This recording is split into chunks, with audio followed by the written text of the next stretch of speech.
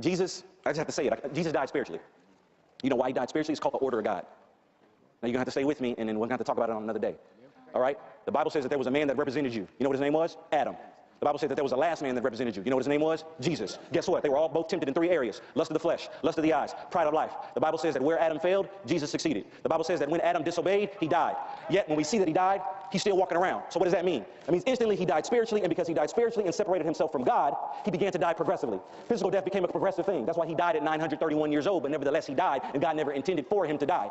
Jesus came into the earth in a similar fashion, spiritually connected to God. He was tempted in 3 areas, yet he passed on from spiritual innocence to spiritual perfection. And all throughout his ministry, Jesus is spiritually alive. That's why couldn't nobody kill him. That's why couldn't nobody throw rocks at him. That's why couldn't nobody stone him. That's why he would walk through the midst of people. You know why? Because he was spiritually alive, and he had yet to lay his life down. It wasn't until he laid his life down willfully that physical death could lord over him. So when he was in the Garden of Gethsemane, just like Adam was in the Garden of Eden and died spiritually, Jesus died spiritually in the Garden of Gethsemane. When he makes that statement, let this cup pass for me, he said, nevertheless, not my will, but your will be done. Notice that after he dies spiritually, or after he lays his life down, or after he says, let this cup pass for me, now all of a sudden Jewish soldiers can put their hands on him. Now all of a sudden Roman soldiers can beat him. Now all of a sudden people can touch him, but up until this point, nobody could touch him. So he dies spiritually. Why does he die spiritually? Because spiritual death comes before physical death. And if Jesus never died spiritually, he's not qualified to die physically. So he had to die spiritually. Meaning what? He had to be separated from God, like the first Adam was separated from God. And when he was separated from God, he cashed in on what the middleman did. Who's the middleman? Abraham. Abraham made a covenant with God. God made a covenant with Abram. And you know what that covenant said? In you all the families of the earth would be blessed. So what did Jesus do? Jesus cashed in on that covenant. And what did he say? He said, here's what I'll do. I will give the world my righteousness in exchange for their sin.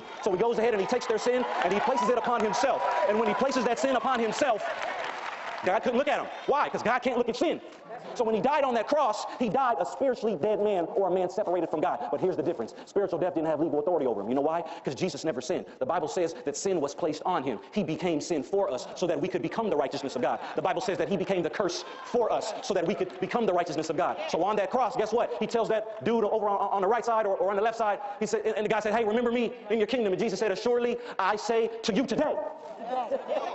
Not assuredly, I say to you, today you'll be with me in paradise. Assuredly, I say to you today, you will be with me in paradise, but I got some work to do.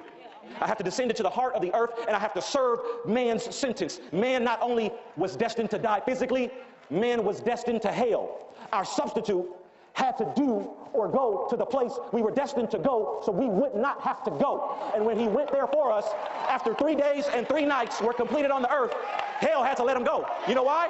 Because hell can't hold an innocent man. So they had to let him go. And then when he left, you know what he did? As he's exiting the gates of hell, he said, give me your keys. And he took those keys and he locked the gate and he ascended. We walk by faith, not by sight.